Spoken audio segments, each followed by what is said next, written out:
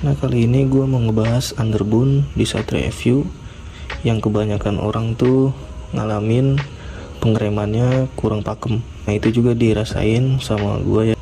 Nah, jadi ada 3 problem yang menyebabkan underbone itu pengeremannya kurang bagus, dan khususnya di Satria FU ini. Kita bahas satu-satu. Nah, untuk yang pertama adalah posisi dari master rem ini. Jadi untuk posisi tonjokan master rem yang bagus itu ya, antara tuas pedal ini, dia benar-benar harus lurus dan dia harus menyesuaikan dari gerakan pedal rem ini. Nah, ini gua coba tekan ya. Ini gua tekan. Jadi gerakan dia ini mainnya itu miringnya segini ya. Jadi dia main posisi lurusnya itu segini nih. Nah, jadi as ini ya, ini drat ini nih, as tonjokannya itu, kalau misalnya ininya nggak lurus, nggak sesuai ya sama posisi ininya, dia pasti bakal bingkeng ya, entah melencong ke depan ataupun ke belakang. Nah, kalau ini posisinya dia udah pas, tidak ditekan, dia nggak ngerubah, tetap lurus ya. Nah, itu artinya tenaga yang ditransfer oleh tuas ini itu searah ya, satu arah sama ininya ya. Dan itu untuk posisi yang bagus di standarnya Satria FU juga sama seperti itu ya. Jadi yang harus diperhatikan itu adalah kalau misalnya kalian beli underbone adalah cara pemasangan ininya. Jadi nggak boleh ngasal. Kalau misalnya posisinya master rem ini terlalu nukik gitu ya, misalkan dia terlalu miring ke sini nih ya, miring begini, otomatis tuas ini juga dia tekanan yang ditransfer oleh pedal ini ke atas dia nggak bakal masuk, karena posisi ininya tuh dia miring begini. Jadi ini sebagai contoh aja tuh, kalau ini dia pas, tekanan yang disalurin sama pedal yang kita injak dia searah ya, bisa dilihat ininya dia nggak gel ya. Jadi itu yang pertama. Yang kedua adalah posisi dari bracketnya. Nah, ada beberapa underbone juga yang merek-merek yang ada di Indonesia yang posisinya master rem ini itu dia nggak searah sama ini, sama tuas ini, dia posisinya agak ke belakang sini ya. Jadi dia di sininya itu dikasih apa ya, nih di bagian sini tuh dikasih as lagi, jadi posisi ininya itu di sini dia nih, di belah sini. Nah, posisi yang kayak gini itu juga bisa menyebabkan pengereman juga kurang bagus, kurang pakem. Kenapa? Karena ketika pedal rem ini ditekan ya, kalau misalnya di sininya belum oleng, ketika yang ditekan itu posisi tekanan yang ditekan ke atas itu dia masih seimbang ya. Kalau misalnya ininya udah oblak, otomatis dia ketika ini pedal rem ditekan, ini tuh pedalnya dia bakal miring, sehingga untuk posisi master rem yang di sebelah sini ya, ini yang sebelah sini, jadi dia as ini tuh dia bakal miring sini nih. Jadi yang contohnya, jadi miringnya begini.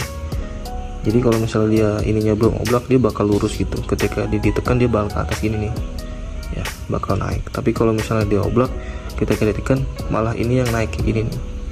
Jadi ujung sini cuman kesentuhnya sedikit aja ya.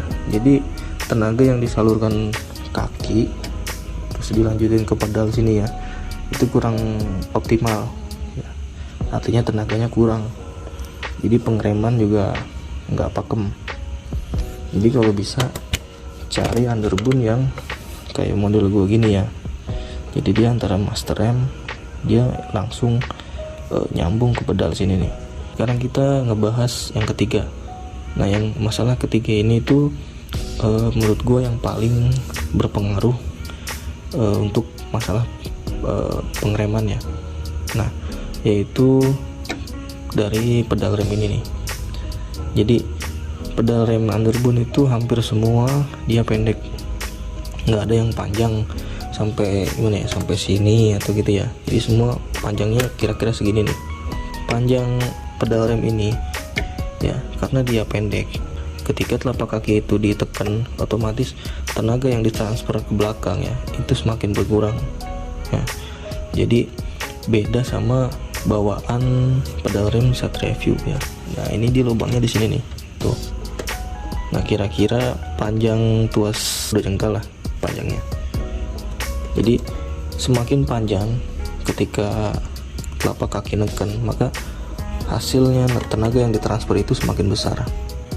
Nah terus gimana solusinya buat pengereman Satria View yang udah pakai underbone itu pakemnya sama kayak bawaannya ya? Yang harus dirubah itu adalah di sini kalipernya. Nah jadi untuk Satria View emang bawaannya dia cuman pakai 1 piston ya. Nah jadi kalau misalnya pengen pakem itu bisa diganti pakai yang 2 piston. Contohnya kaliper Ninja RR punya gue nih, dia pakai 2 piston, padahal remnya sama pendek, tapi kenapa daya cengkramnya lebih kuat ya, padahal ini motor kan motor gede tuh. Itu dikarenakan kalipernya pakai yang 2 piston.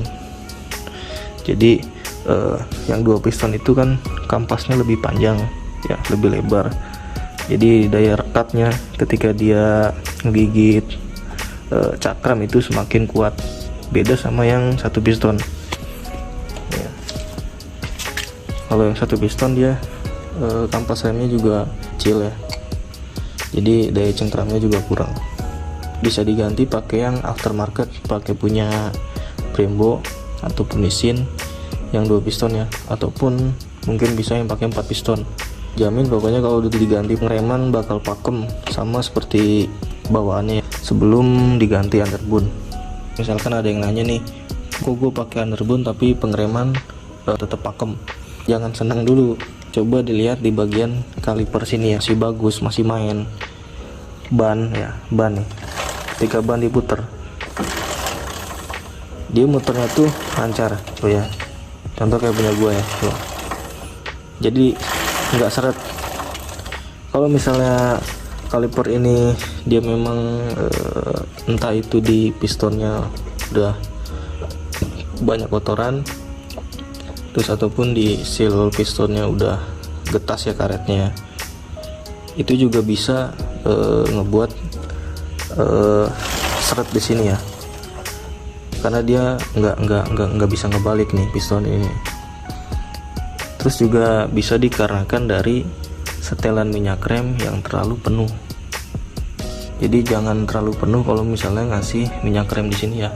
Ini kalau dia terlalu penuh di dalam sini itu bakal kehabisan ruangan ya. Jadi minyak rem itu kan kalau misalnya piston ditekan ke dalam dia bakal balik ya, dia bakal balik ke sini nih, bakal balik ke atas. Kalau misalnya di sini dia nggak ada rongga buat ngebalik, otomatis ini piston bakal keras ngebaliknya dan nggak bakal bisa ditekan, dijamin. Jadi jangan terlalu banyak ngisi ini ya minyak rem, dikira-kira aja, yang penting ada gitu ya. Nah terus juga untuk masalah ini nih, ini karet ini nih, ini kan ada as nih. Nah, as ini juga bisa berpengaruh kenapa seret, dikarenakan karena ada kotoran di sini ya. Jadi gunanya as ini tuh bakal ngikutin dari cakram ini.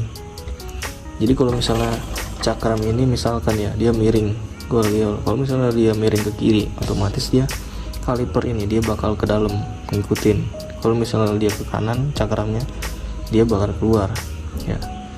Jadi kaliper yang kayak gini itu dia fleksibel, jadi meskipun cakramnya bengkok, tapi kaliper ini dia masih bisa ngikutin gerakan dari cakram ini. Kalau misalkan kalian pakai underbone terus pengeremannya tetap pakem, jangan senang dulu, itu bisa dikarenakan kaliper ini itu seret.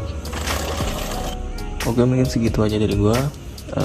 Jangan lupa like, komen, dan juga subscribe, dan bunyikan loncengnya. Oke.